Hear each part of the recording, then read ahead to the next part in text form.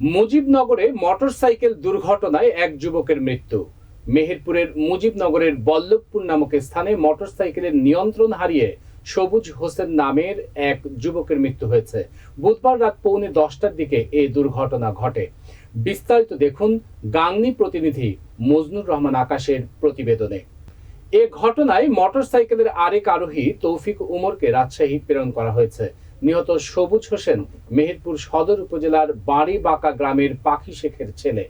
জানা গেছে, মুজিবনগর উপজেলার বাগওয়ান গ্রাম থেকে মোটরসাইকেল যোগে বাড়ি ফিরছিলেন সবুজ ও তার বন্ধু তৌফিক উমর। মুজিবনগর দর্শনা সড়কের বল্লভপুর নামক স্থানে পৌঁছলে দ্রুতগতির মোটরসাইকেল নিয়ন্ত্রণ হারায়। এ সময় মোটরসাইকেল নিয়ে তারা রাস্তার পাশের এক সাইনবোর্ডের সাথে সজোরে ধাক্কা মারে। এতে মাথায় আঘাতপ্রাপ্ত হয়ে ঘটনাস্থলেই সবুজের মৃত্যু হয়। গুরুতর আহত অবস্থায় তৌফিক উমরকে মুজিবনগর উপজেলা স্বাস্থ্য কমপ্লেক্সে নিয়ে যায় স্থানীয় লোকজন। তৌফিকের শারীরিক অবস্থা গুরুতর হওয়ায় তাকে কুষ্টিয়া মেডিকেল কলেজ হাসপাতালে রেফার করেছেন চিকিৎসকরা।